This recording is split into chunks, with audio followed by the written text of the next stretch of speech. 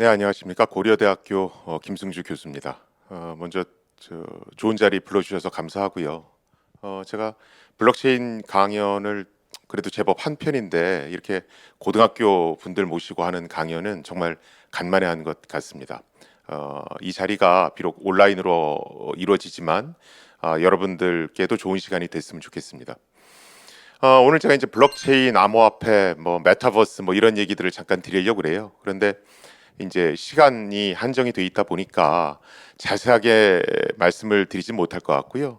이제 개념 위주로 설명을 드리고 도대체 이게 왜 요새 이슈가 되는지 그런 몇 가지 사례를 들어서 설명을 드리려고 합니다. 지금 화면에 보이는 이 논문이 비트코인을 세계 최초로 제안한 그런 논문입니다. 2008년 10월에 인터넷을 통해서 공개가 됐고요. 저 논문이 실제로 소프트웨어로 구현돼서 동작하기 시작한 건 2009년 1월입니다. 그리고 저 비트코인이라는 걸 이용해서 실제 물건을 구매했던 것은 2010년 5월입니다. 지금 제목에는 비트코인 이렇게 써 있고 저자로는 사토시 나카모토 이렇게 되어 있습니다. 저자 이름이 일본 사람처럼 보이지만 실제 저 사람이 일본 사람인지 아닌지 살았는지 죽었는지 일절 알려진 바가 없습니다. 저 논문을 발표하고 처음에는 이메일을 통해서 주로 세상과 대화를 나누다가 몇 년 후에는 완전히 종적을 감춥니다. 그래서 사토시 나카모토가 살았는지 죽었는지 생사 여부 자체가 알려져 있지 않고요. 인터넷상에서는 내가 사토시 나카모토요 이렇게 주장하는 사람들도 제법 있는데 사실은 공식적으로 인정받고 있지는 못합니다. 제가 어디서 강의를 하든 간에 빠지지 않는 질문이 있습니다. 오늘도 이제 그 질문이 나올 것 같은데 하지 마시라고 제가 미리 말씀을 드리면 비트코인을 사야 될까요? 말아야 될까요? 얼마나 올라갈까요? 이런 질문에 대한 답은 사실 저도 모릅니다. 제가 무슨 경제학 하는 교수가 아니기 때문에. 근데 제가 이제 확실하게 말씀드릴 수 있는 건 비트코인이 사라지더라도 암호화폐는 절대로 사라지지 않는다. 이 말씀은 제가 확실하게 드릴 수가 있습니다. 왜 그러냐면 비트코인이 세계 최초의 암호화폐다. 이렇게 알고 계시는 분들이 있으세요. 그런데 그건 잘못된 거고요. 실제로 암호화폐의 역사는 일반인들이 생각하는 것보다 훨씬 더 오래됐습니다. 최초로 암호화폐 개념을 이 세상에 선보인 사람은 지금 논문의 오른쪽 상단에 그 산타크로스 할아버지 같이 수염 나신 분 보이시죠? 저분이 이제 데이빗 차움이라고 하는 굉장히 유명한 과학자입니다. 저분이 비트코인이 나오기 26년 전에, 그러니까 1982년에 세계 최초로 암호화폐 개념을 세상에 내놓습니다. 저 양반은 사실은 굉장히 좋은 논문을 많이 썼고요. 그 논문의 대부분이 어떻게 하면 사이버 공간에서 사용자의 프라이버시를 보호할 수가 있을까? 그것과 관련한 논문들입니다. 그래서 저 데이빗 차움 박사를 뭐라고도 얘기하냐 하면 프라이버시 보호의 아버지 이렇게도 얘기를 합니다. 자, 그럼 이 프라이버시 보호의 아버지라고 불려지는 데이빗 차움 박사가 왜 암호화폐 개념을 세상에 선보였는가? 우리가 보통 일상생활에서는 물건을 사고 대금을 지불하는 방법이 두 가지가 있습니다. 하나는 현찰을 내든가 또 하나는 신용카드로 계산하든가. 현찰은 갖고 다니기가 불편하죠. 그런데 돈을 썼을 때 내가 어디서 얼마를 썼는지가 추적되지 않습니다. 근데 신용카드는 갖고 다니기는 편한데 내가 어디서 얼마를 썼는지가 추적됩니다. 그런데 우리가 인터넷 공간에서 인터넷 쇼핑몰에서 물건을 사면 신용카드밖에는 대금을 지불할 수 있는 수단이 없고, 그러다 보니까 인터넷에서 물건을 살 때는 누가 어디서 얼마를 썼는지 일거수일투족이 다 추적이 됩니다. 그게 일종의 프라이버시 침해라고 이 사람은 생각을 한 거예요. 그래서 데이빗 차움 박사는 사이버 공간에서도 화폐처럼 쓸 수 있는 어떤 지불 수단을 만들고 싶어 했습니다. 그게 바로 암호화폐의 존재의 이유입니다. 그래서 암호화폐가 존재하는 이유는 딱 하나입니다. 익명성, 추적당하지 않는다. 그래서 논문 제목도 보면 Untraceable Payment 이렇게 돼 있죠. 추적당하지 않는 결제 시스템. 암호화폐의 본질적인 요소가 익명성이다 보니까 당연히 각국 정부는 싫어합니다. 왜냐하면 세금 탈루나 아니면 범죄 목적으로 사용되는 경우가 많아서 그렇죠.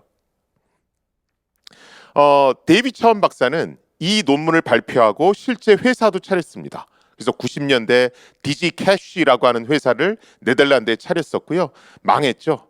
왜 그러냐면 세상을 너무 앞서가다 보니까 망한 겁니다. 그런데 이제 비트코인은 세상을 잘 타고 태어나서 지금 막 사람들이 좋아하는 거고요. 이런 익명성, 내 활동을 감추고 싶다. 이거는 사람의 본성과도 같기 때문에 이런 본성이 없어지지 않는 한 암호화폐는 절대로 사라지지 않습니다. 자, 그런데 이 암호화폐를 만드는 게 생각보다 어렵습니다. 이게 왜 어렵냐면 우리 신문을 보시면 가끔 가다가 5만 원권을 칼라 복사기로 복사해서 쓰다가 잡히는 사람들이 있어요. 그래서 지금 보시는 것과 같이 5만 원권에는 각종 위조 방지 장치가 있습니다. 복사하면 티가 나도록 만든 거죠. 그런데 이제 암호화폐는 컴퓨터 속에서 동작하는 디지털 화폐입니다. 1010 이런 디지털 정보로 이루어져 있죠. 그래서 복사를 하면 원본하고 복사본이 똑같습니다. 그래서 내가 1비트코인을 사서 10번 복사하면 10비트코인이 되죠. 그렇죠? 그래서 암호화폐를 만들 때는 이렇게 불법 복사해서 쓰는 걸 어떻게 막아줘야 하는가? 이게 굉장히 중요한 요소입니다. 데이빗 차원 박사는 이걸 어떻게 해결했냐면 중앙에 은행을 둬서 은행으로 하여금 복사해서 쓰는 돈을 차단하도록 만들어 놨습니다. 자, 지금 사용자 A가 있습니다. 그럼 사용자 A가 지금 현재 수준으로 1비트코인이 얼마입니까? 올해 5월에 8천만 원까지 올랐다가 지금 5천만 원 조금 넘죠. 그러면 사용자가 은행에 가서 5천만 원을 줍니다. 그리고 저 암호화폐 하나 주세요. 그럼 암호화폐를 받겠죠. 저걸 가지고 인터넷 쇼핑몰에 가서 물건을 고릅니다. 그리고 물건 값으로 암호화폐를 지불하죠. 그럼 이제 상점은 자기가 받은 암호화폐가 복사해서 쓰는 건지 아닌지를 확인해야 됩니다. 그래서 상점은 어떻게 하냐 하면 지금 화면에 보듯이 암호화폐 일련 번호를 확인합니다. 지금 1477번이라고 되어 있죠. 저 일련 번호를 확인한 다음에 은행에다 물어보는 거예요. 아, 내가 지금 1477번을 받았는데 이게 복사해서 쓰는 겁니까? 아니면 처음 쓰는 겁니까? 그럼 은행은 자기가 갖고 있는 데이터베이스를 뒤져봅니다. 1477번이 처음 쓰는 건가? 아니면 과거에 사용된 이력이 있는가? 과거에 사용된 이력이 없으면 상점한테 통보를 해주죠. 저거 처음 쓰는 거니까 받으셔도 좋습니다. 이런 식으로 해서 은행이 복사해서 쓰는 돈을 가려냅니다. 어떤 분들은 저런 식으로 일련 번호를 확인하면 누가 어디서 돈을 썼는지를 다 알 수 있잖아요 라고 물으시는데 인터넷 쇼핑몰에서는 비대면 거래이기 때문에 얼굴은 안 드러나죠. 사용자 아이디만 드러납니다. 그래서 아이디에 대한 실명 확인을 하기 전까지는 누가 쓴 건지 알 수 없습니다. 거기다가 아이디는 수시로 바꿀 수도 있죠. 자, 그런데 2008년 비트코인이 나온 2008년에는 무슨 일이 있었냐면 리만 브라더스 사태가 있었습니다. 미국에 있는 대형 은행인 리만 브라더스라고 하는 은행이 파생 상품을 남발해서 판 겁니다. 그러다가 글로벌 금융 위기가 왔죠. 그래서 사토시 나카모토는 은행에 대해서 엄청난 적개심을 갖고 있었습니다. 실제 제가 써놓은 글을 보시면 은행은 우리의 돈을 안전하게 관리해야 하는데 그들은 자기들이 돈을 많이 벌기 위해서 무분별한 대출을 남발했고 그러다 보니까 글로벌 금융위기가 왔다. 그래서 은행은 백해무익한 존재다. 사토시 나카모토는 이 정도로 굉장한 적개심을 갖고 있었고요. 그래서 데이빗 차원 박사가 만든 오리지널 암호화폐 모델에서 은행을 제거시키고 싶어 합니다. 자, 은행을 제거시키면 무슨 일이 벌어집니까? 누군가는 암호화폐를 복사해서 쓰는 걸 잡아줘야 되는데 그걸 하는 은행이 사라졌죠. 저걸 사토시 나카모토는 어떻게 해결했냐면 블록체인이라는 기술로 해결을 했습니다. 그래서 블록체인 기술은 위패를 잡아주는, 복사해서 쓰는 암호화폐를 잡아주는 기술이다. 이렇게 기억하시면 돼요. 또 많은 분들이 잘못 생각하시는 것 중에 하나가 암호화폐 만들려면 블록체인 반드시 있어야 되는 거 아닌가요? 이 질문을 주시는데 그건 아닙니다. 암호화폐를 만드는 방법은 두 가지가 있고요. 하나는 오리지널 모델 같이 중앙에 은행을 끼고 만드는 겁니다. 이걸 중앙 집중형 암호화폐 이렇게 얘기합니다. 또는 은행 같은 관리기관이 없는 상태에서 블록체인을 이용해서 암호화폐를 만드는 겁니다. 이걸 탈중앙형 암호화폐 이렇게 얘기합니다. 자, 그러면 도대체 블록체인은 어떻게 동작하기에 복사해서 쓰는 위패를 잡아낼 수가 있는가? 우리가 인터넷에서 비트코인 프로그램을 내려받아서 PC에 설치하면 크게 두 가지 종류의 프로그램이 설치됩니다. 하나는 전자지갑이라고 하는 프로그램이 설치되고요. 이거는 통장 비슷한 역할을 합니다. 또 하나는 블록체인 프로그램이라는 게 있고요. 이것은 인터넷을 24시간 365일 계속 감시해서 사용된 화폐의 일련 번호를 기록하는 역할을 합니다. 지금 화면에 3명의 비트코인 사용자가 있고요. 저 사람들의 PC에는 전자지갑 프로그램과 블록체인 프로그램이 각각 설치되어 있습니다. 자, 그러면 PC에 있는 파일에는 현재 1477번이라는 비트코인과 1423번이라는 비트코인이 사용된 적이 있다 이렇게 써 있죠. 그런 상황에서 어떤 사용자 A가 인터넷 쇼핑몰 X에 가서 코인을 사용했습니다. 자, 그럼 3명의 사용자에 있는 블록체인 프로그램이 자동으로 가동하겠죠. 그러면서 딱 봤더니 1477번이에요. 그럼 각자 PC에 있는 파일하고 대조해 봅니다. 보니까 1477번은 사용된 적 있다고 써 있죠. 즉 사용자 A가 1477번 코인을 X한테도 쓰고 Y한테도 쓰는 겁니다. 그렇죠? 그러면 이거 복사해서 쓰는 거네 이렇게 알아맞추는 거죠. 그럴 경우에는 블록체인 프로그램이 자동으로 상점한테 저거 복사해서 쓰는 거니까 받지 마세요 이렇게 얘기합니다. 자, 이런 식으로 하면 중앙에 은행이 없더라도 비트코인 사용자들이 십시일반 힘을 합해서 은행의 역할을 대신할 수가 있습니다. 근데 문제는 중앙에서 혼자 하던 일을 이렇게 여럿이 나눠서 하면 여러분들이 지금 보는 것과 같이 깔끔하게 그림이 안 나옵니다. 맨 오른쪽에 수염난, 검은 수염난 저 사람은 내 PC를 24시간 365일 계속 가동시켜서 블록체인 프로그램을 돌아가게 하는 게 싫은 거예요. 왜냐하면 그 전기값을 내가 내야 되니까. 또는 저 수염난 사람이 사는 지역에 갑자기 정전이 와서 컴퓨터가 꺼질 수도 있습니다. 자, 그럴 경우에는 그림이 이렇게 이쁘게 안 나오고요. 이렇게 나오죠. 지금 왼쪽 2명의 사용자의 PC에 있는 파일은 1477, 1423번이 사용됐다고 써 있죠. 근데 오른쪽에 있는 사용자는 본인이 중간에 PC를 껐던지 아니면 잠깐 정전이 왔든가 해서 1477번 기록이 누락돼 있습니다. 그런 상황에서 이용자 A가 1477번이란 코인을 상점에 쓰면 왼쪽에 2명의 사용자는 저거 복사해서 쓰는 거니까 받지 마십시오 이렇게 얘기합니다.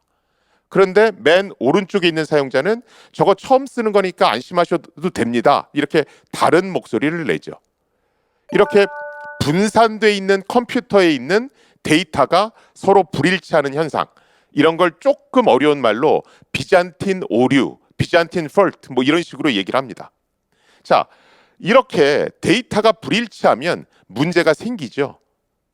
그래서 블록체인, 비트코인에서 쓰는 블록체인은 어떻게 했냐면 너희들이 관리하는 장부가 정전이 됐든지 PC가 꺼지든지 해서 불일치하는 현상이 생길 수 있으니까 너희들 10분마다 서로 장부를 비교해봐. 파일을 서로 비교해봐. 이렇게 프로그램을 만들어 놨습니다. 그래서 10분마다 자기들 파일을 막 비교하는 거예요. 그러면 오른쪽에 있는 사람 파일하고 왼쪽에 있는 사람들 파일이 내용이 다르죠. 이러면 투표에 들어갑니다. 그래서 다수결의 원리에 따라서 1477하고 1423이 옳은 거구나. 그래서 맨 오른쪽에 있는 수염난 사람이 자기 장부의 데이터를 1477, 1423으로 수정하는 겁니다. 여러분들이 신문 같은 걸 보시면 블록체인은 해킹이 불가능합니다. 이런 문구를 되게 많이 보실 수 있죠. 그런데 오늘 이 시간부터 블록체인은 해킹이 불가능하다 이렇게 쓴 기사나 그렇게 써져 있는 책 같은 걸 보시면 그냥 그 책 버리셔도 됩니다. 틀린 내용 써져 있으니까. 블록체인은 해킹이 불가능한 기술은 아니고요. 블록체인이 갖는 특징은 지금 화면에 보는 딱 4가지입니다. 첫 번째, 탈중앙화. 모든 사람들이 블록체인이라는 걸 구동시켜서 투표를 통해서 모든 걸 결정하죠. 그렇게 해서 중앙의 은행을 없앴죠. 그래서 블록체인 기술을 이용하면 중앙의 관리기관을 없앨 수 있습니다. 모든 걸 투표로 결정할 수 있어요. 그래서 탈중앙화가 블록체인의 첫 번째 특징입니다. 또 두 번째는 투명성. 지금 보시면 1477, 1423번이 기록된 장부가 3명의 PC에 다 있죠. 그래서 네가 볼 수 있는 데이터는 나도 똑같이 볼 수 있다. 그래서 투명성이 블록체인이 갖는 두 번째 특징입니다. 세 번째는 불변성. 지금 1477, 1423번이라고 기록된 장부가 3명의 PC에 다 있잖아요. 그렇죠? 예를 들어서 장부에 기록된, 파일에 기록된 내용을 수정하려면 3명 PC에 있는 저 장부, 저 파일을 다 수정해 줘야 됩니다. 근데 예를 들어서 비트코인 사용자가 전 세계에 1억 명이면 1억 명 PC에 있는 데이터를 다 바꿔줘야 되죠.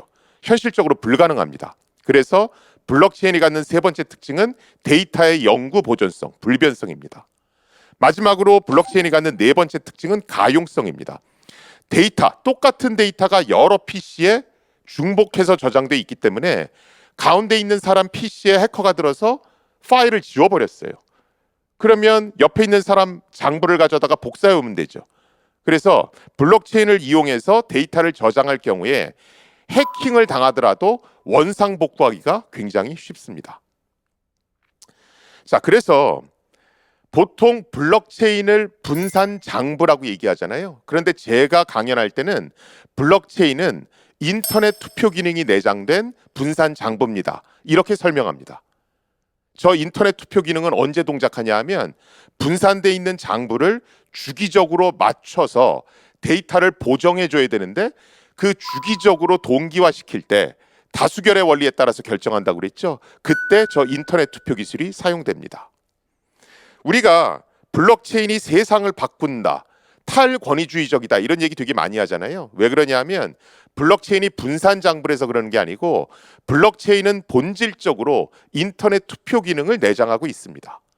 그래서 암호화폐가 완성됐다는 얘기는 블록체인이 완성됐다는 얘기랑 똑같고요. 블록체인이 완성되면 인터넷 투표 기술이 완성되는 것과 똑같습니다. 그러면 저 인터넷 투표 기술을 떼다가 어디다 쓸 수 있습니까? 우리가 지금 국민 투표를 하는 경우는 딱 두 번이죠. 대통령 뽑을 때하고 국회의원을 뽑을 때. 우리가 왜 국회의원을 뽑습니까? 모든 국가의 안건에 대해서 국민 투표에 붙이자니 시간하고 돈이 너무 많이 소비되는 거예요. 그런데 인터넷 투표 기술, 해킹이 안 되는 인터넷 투표 기술이 완성이 되면 우리나라 같이 스마트폰 강국의 인터넷 강국은 모든 안건을 전부 다 국민 투표에 붙일 수가 있습니다. 직접 민주주의가 실현되는 거죠. 그래서 블록체인이 세상을 바꾼다라고 얘기하는 겁니다. 우리가 또 신문에서 보시면 가상화폐, 암호화폐 이런 표현을 되게 많이 들으실 수 있어요. 그런데 데이비 차원 박사가 처음 제안한 암호화폐 논문도 그렇고 사토시 나카모토가 비트코인을 제안한 논문도 그렇고 암호화폐니 가상화폐니 이런 표현 안 쓰죠. 일렉트로닉 캐시라고 써 있습니다. 전자화폐라고 돼 있죠. 원래 암호화폐다, 가상화폐다 이런 용어는 존재하지 않았습니다. 그런데 비트코인이 사회적 이슈가 되니까 가상화폐다, 암호화폐다 이런 용어들을 후대에 만들어낸 거예요. 지금 암호화폐는 지금 여러분들이 화면에 보시는 저런 용어들로 불립니다. 일렉트로닉 캐시, 즉 전자화폐는 정부가 만들었느냐 아니면 민간 기업이 만들었느냐에 따라서 용어가 나눠집니다. 정부가 만든 일렉트로닉 캐시를 우리가 CBDC 이렇게 얘기합니다. 센트럴 뱅크 디지털 커런시. 정부에서 만들었기 때문에 법적 효력을 갖습니다. 민간 기업이 만든 전자화폐 일렉트로닉 캐시는 중앙 집중형이냐 아니면 블록체인을 이용해서 탈중앙형으로 만들었느냐에 따라서 용어가 또 나뉩니다. 민간 기업이 만들었는데 데이비 차원 박사가 만든 것처럼 중앙 집중형 형태로 만들었다. 그럼 우리가 가상화폐 이렇게 부릅니다. 민간 기업이 만들었는데 블록체인을 이용해서 탈중앙형으로 만들었다. 그럼 우리가 암호화폐, 크립토커런시 이렇게 부릅니다. 지금 저 CBDC, 센트럴 뱅크 디지털 커런시를 제일 열심히 하는 나라가 어디입니까? 중국이죠. 중국이 자기네들 위안화를 암호화폐로 만들어서 전 세계의 기축통화가 되겠다. 그래서 중국이 저 센트럴 뱅크 디지털 커런시에 정말 많은 투자를 하고 있고요. 미국이라든가 우리나라가 그런 영향력을 분석하기 위해서 여러 가지 과제를 추진하고 있습니다. 그 다음에 우리가 알트코인 이런 표현도 많이 쓰는데 알트코인은 얼터네이티브 코인의 줄임말입니다. 우리나라 말로는 뭐 잡코인 뭐 이래서 신문에 많이 날 겁니다. 저 알트코인은 비트코인을 제외한 나머지 모든 코인들 이걸 우리가 알트코인이라고 그러고요.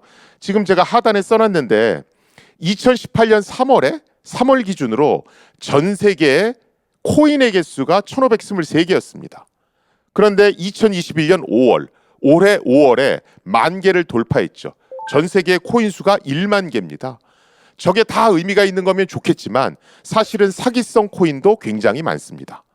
그래서 정부가 계속 투자할 때 조심해라, 투자할 때 조심해라. 그리고 정투자하시려면 공부를 어느 정도 하신 다음에 투자하셔라. 이런 얘기들을 계속하는 겁니다.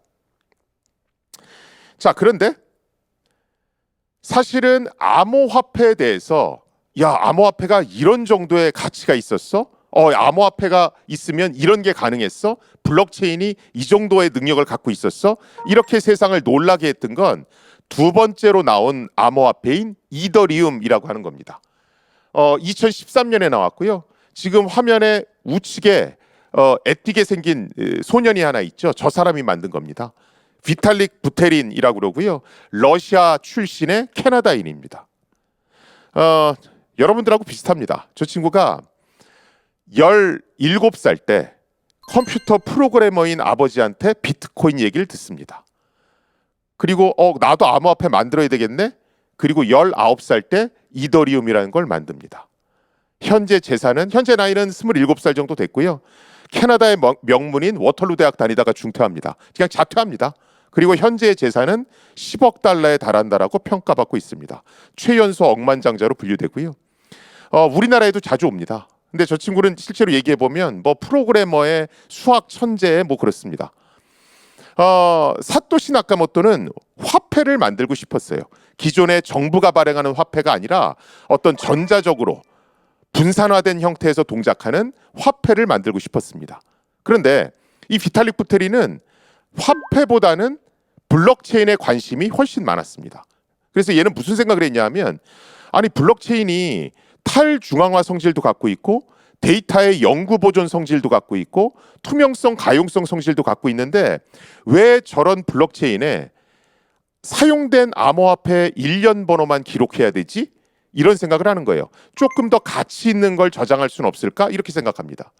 그래서 무슨 엉뚱한 생각을 하냐 하면 블록체인에 화폐 거래 내역만 저장하지 말고 프로그램 코드를 저장하면 어떨까? 소프트웨어를 등록시키면 어떨까? 이 생각을 해요. 블록체인에 등록된 소프트웨어, 그걸 우리가 스마트 컨트랙트, 스마트 계약 이렇게 얘기합니다. 자, 블록체인에 프로그램이 등록되면 어떤 일이 벌어질까요? 일단 투명성 때문에 전 세계 모든 사람들이 그 프로그램을 다 볼 수 있습니다. 두 번째는 블록체인에 프로그램이 등록되면 삭제나 수정이 불가능합니다. 영구 보존되는 성질이 있으니까요. 2017년에 엑시움 젠이라는 회사가 크립토 키티라고 하는 게임을 만들었습니다. 이거 다마고치 같은 겁니다. 여러분들 많이 이런 거 보셨을 거예요. 암호화폐를 주고 새끼 고양이 아이템을 삽니다. 운동도 시키고 먹이도 주고 해서 잘 키워요. 다 크면 짝지어 줍니다. 그래서 희귀종 고양이가 태어나면 또 비싼 돈으로 팔아요. 뭐 아주 간단한 게임이죠. 그런데 실제로 저 고양이 아이템이 $10,000에 거래가 됐습니다. 희귀종은 10만 달러까지 나왔어요. 경제학자들이 저 크립토 키티라는 게임을 4천만 달러의 가치가 있다라고 평가를 했습니다. 이게 왜 그러냐 하면 여러분들 게임 많이 하시면 보통 게임 앱을 다운로드 받아 설치할 때는 무료죠. 그런데 아이템을 살 때 돈을 냅니다. 그래서 아이템이 이제 현질시키려고 많이들 하잖아요. 그렇죠? 우리 리니지의 집행검 살려면 몇 천만 원 내야 되죠. 그렇죠?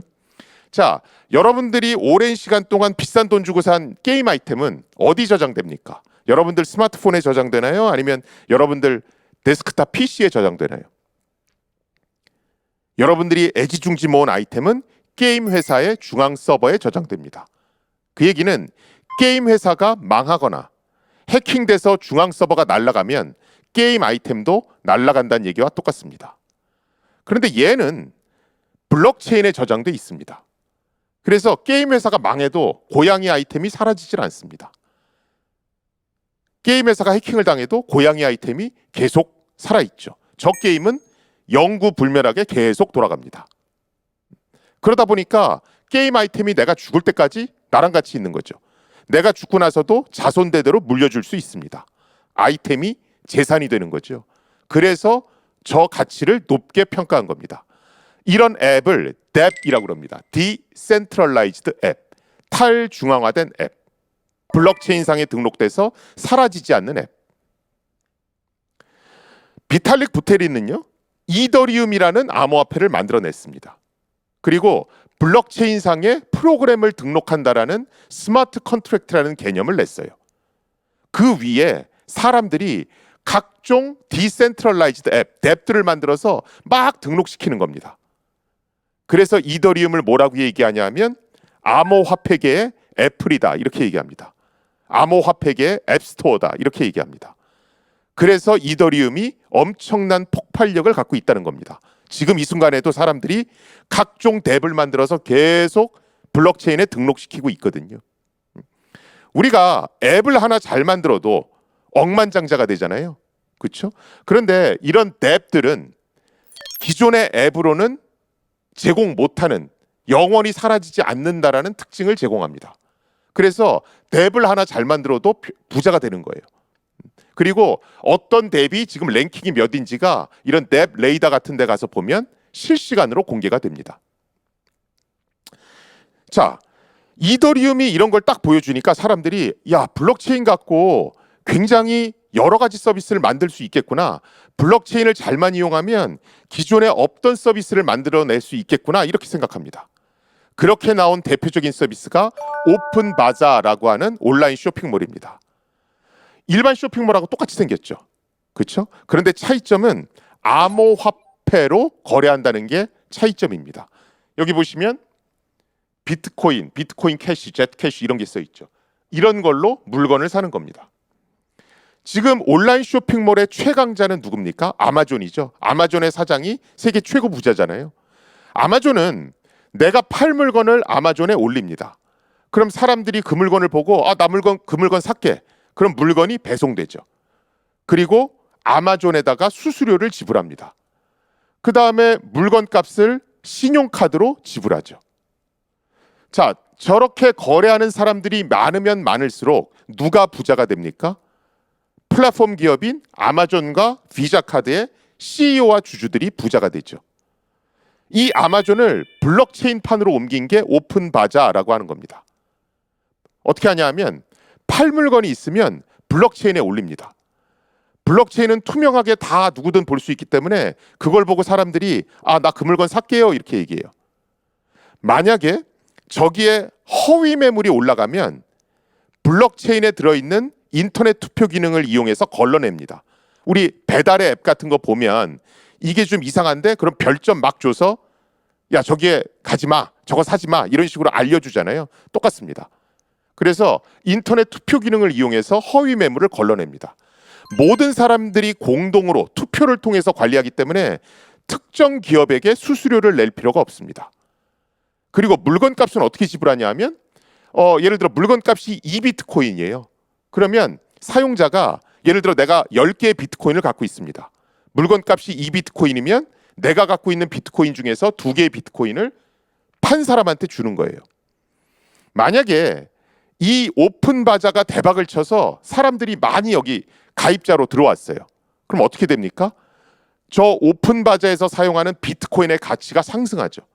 그렇죠? 비트코인이 현재 5천만 원인데 8천만 원, 9천만 원으로 막 상승하겠죠. 그러면 8개의 코인을 가진 사람도 부자가 되고 2개를 넘겨받은 물건을 판 사람도 부자가 됩니다. 왼쪽의 아마존에서는 아마존과 비자 카드의 CEO와 주주들만 부자가 되는데 오른쪽 모델에서는 구성원 모두가 암호화폐를 갖고 있는 구성원 모두가 같이 부자가 되죠. 그래서 왼쪽과 같은 모델을 플랫폼 경제 모델 이렇게 얘기하고요. 오른쪽과 같은 모델을 협동조합형 경제 모델 이렇게 얘기합니다. 자, 요새 블로그 또 대세죠. 그렇죠? 근데 이 블로그가 웃긴 게 저도 블로그를 합니다만 제가 열심히 글을 써요. 그러면 그 글은 네이버나 다음의 중앙 서버에 저장됩니다. 네이버나 다음은 제가 쓴 글에 대해서 이게 부적합하다. 우리 회사 정책에 안 맞는다. 그러면 삭제나 수정을 요청할 수 있습니다. 더 최악인 건 예를 들어서 네이버나 다음이 저희는 9월 30일자로 블로그 서비스 접을 테니까 그동안 썼던 걸 백업 받아가세요. 그럼 저 같은 경우는 15년어치 글을 백업 받아야 되는 겁니다. 황당하죠? 이 스티밋은 내가 쓴 글이 특정 회사의 중앙 서버에 저장되는 게 아니라 블록체인에 저장됩니다. 그래서 그 누구도 삭제하거나 검열할 수 없습니다. 그리고 서비스가 중단되지도 않아요. 거기다가 지금 보시면 여기에 예상 보상 금액 203달러 이렇게 써 있죠. 실제로 그 글이 좋으면 좋아요를 누르는 게 아니라 암호화폐로 직접 그 저자한테 줍니다. 아프리카 TV의 별풍선 같이. 이 서비스가 딱 런칭하고 나서 웹툰 작가들이 대거 스티밋으로 이동합니다. 나는 수수료 주기도 싫고 검열받기도 싫어. 요새는 유튜브가 또 대세죠. 그렇죠? 그런데 유튜브는 동영상 서비스인데 돈은 누가 챙깁니까? 구글이 챙기죠. 유튜브의 주인이 구글이니까. 검열도 합니다. 블록체인판 유튜브가 지금 여러분들이 보시는 디센트럴라이즈드 튜브, 디튜브라고 하는 겁니다. 장점은 아까 보신 스티밋하고 동일합니다. 우리 졸업증명서 이거 이제 종이로 이렇게 인쇄해서 주잖아요. 그렇죠? 졸업증명서 종이로 인쇄된 경우에는 그걸 보관하기도 힘들고 남한테 보여주기도 쉽지가 않아요. 그래서 MIT 같은 경우는 학생들이 저 졸업증명서를 전자적으로 발행해 주세요. 이렇게 희망하면 그 졸업증명서를 블록체인에다가 등록해 줍니다. 졸업증명서가 블록체인에 들어가 있기 때문에 세상 사람 누구든 볼 수 있어요. 그리고 위조 변조도 안 됩니다. 블록체인에 들어가 있기 때문에 데이터를 함부로 수정하거나 삭제할 수가 없어요. 사실은 이런 MIT의 학위 증명서와 비슷한 걸 우리는 이미 쓰고 있습니다. 아마 지금 고등학생분들은 고3이면 또 예방접종 하셨겠네요. 그 예방접종 하신 분도 있고 안 계신 분도 계실 텐데 우리가 질병관리청에서 쿠브라고 하는 앱을 보급합니다. 그렇죠? 저걸 딱 보면 예방접종 했는지 안 했는지가 나오죠. 그렇죠? 그런데 쿠브 깔 때 잘 보시면 이게 뭐라고 써 있냐면 세계 최초의 블록체인 기반 백신 접종 인증 시스템 이렇게 되어 있습니다. 예방접종을 했다 안 했다를 단순히 스마트폰에 넣어주면 그 기록을 포토샵 같은 걸로 위조할 수 있거든요. 그래서 위조를 못하게 블록체인에 넣어주는 겁니다. 거기다 투명성 성질을 갖고 있어서 세상 누구나 확인할 수 있죠. MIT 학위증명서하고 동일합니다. 유니세프에 가보시면 블록체인을 이용해서 내가 기부받은 게 어떤 식으로 사용됐는지를 블록체인에 다 기록해서 투명하게 공개합니다. 왜 그렇습니까? 블록체인에 기록하면 사장이 지시를 해도 수정할 수가 없거든요. 그래서 국민의 신뢰성이 보장되는 겁니다. 우리 AI 얘기 많이 하죠. 그렇죠? 그런데 여러분들이 신문을 조금만 검색해 보시면 AI 기술을 미국과 중국의 소수의 기업이 독점할 거다. 이런 기사들을 굉장히 많이 보실 수가 있습니다.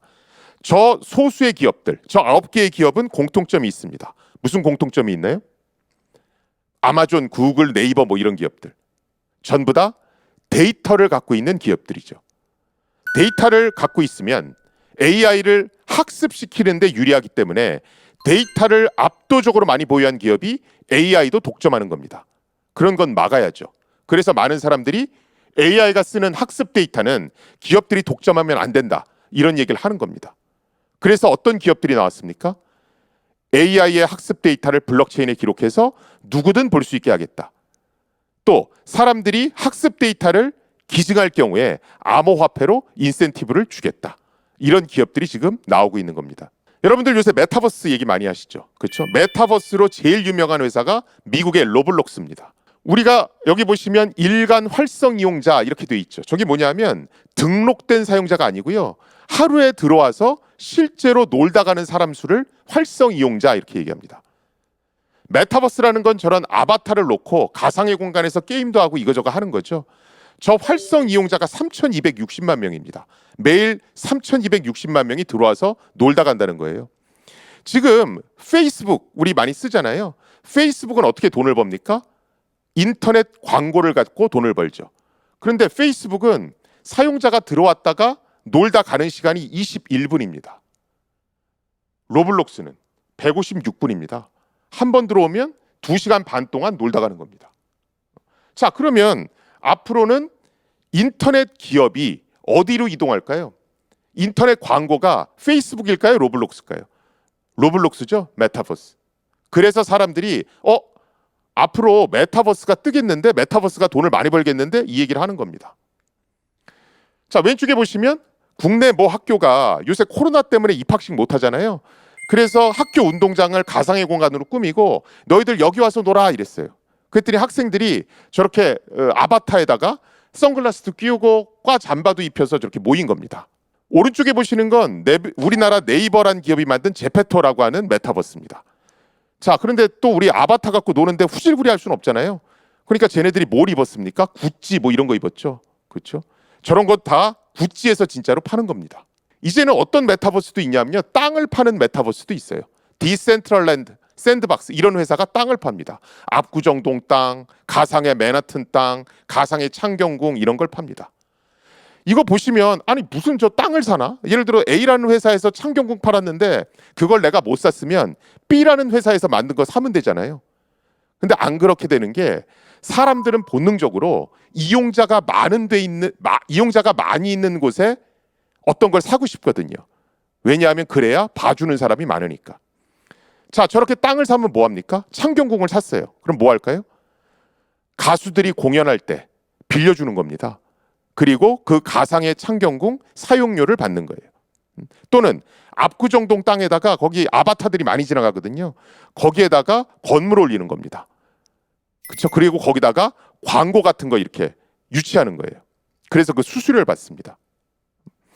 이게 왜 지금 히트냐 하면 여러분들 리니지 게임 같은 거 보면 레벨이 높을수록 리니지 게임을 오래 합니다. 왜냐하면 현실보다 게임 공간에서 나는 더 대접받으니까. 예를 들어서 현실에서 나는 명품이 없는데 메타버스에서 내 아바타는 구찌 같은 걸로 다 치장하고 있고 거기서 막 난 창경궁도 갖고 있고 높은 빌딩도 갖고 있어요. 그럼 메타버스에서 훨씬 더 오래 머물겠죠. 그리고 거기서 경제활동도 할 수 있습니다. 그러니까 메타버스가 앞으로 뜰 거다. 사람들이 이렇게 보는 겁니다. 근데 문제는 뭐예요? 구찌인데 저 구찌가 진품인지 아닌지를 알 수가 없죠. 왜? 디지털 정보는 짝퉁을 만들기가 더 쉬우니까. 땅을 샀는데 저 가상의 땅이 누구의 소유인지를 알 수가 없어요.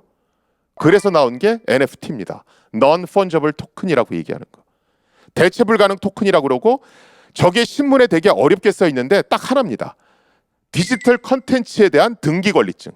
이 디지털 컨텐츠가 누가 만들었다. 누구의 소유다. 누구한테서 누구한테로 언제 팔렸다. 이거를 표시하는 겁니다. 저 기록이 블록체인에 등록되어 있기 때문에 투명하게 전 세계 누구든지 확인할 수 있고 위변조도 못하는 겁니다. 실제로 보여드리면 지금 이것은 디지털 컨텐츠, 디지털 미술 작품을 파는 인터넷 사이트예요. 실제로는 저 동영상이 막 움직입니다. 저 사자같이 생긴 게 막 다니면서 총을 막 쏴요.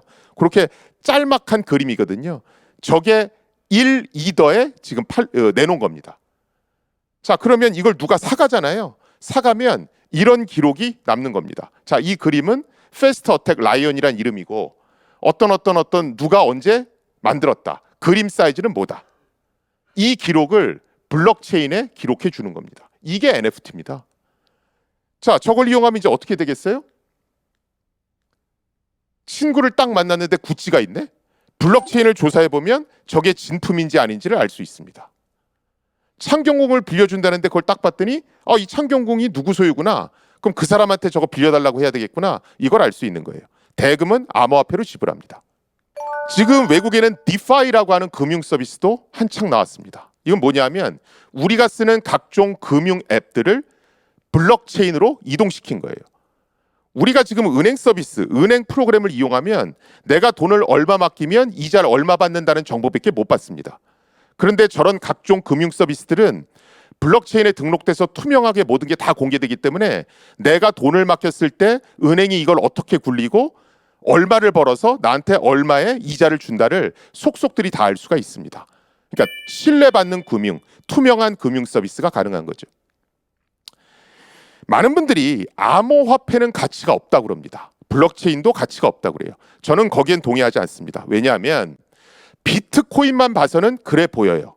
하지만 이더리움 이후부터는 기존의 기술로는 못 만드는 여러 서비스들이 나왔습니다. 그리고 블록체인이 메타버스나 인공지능하고 궁합이 되게 잘 맞아요.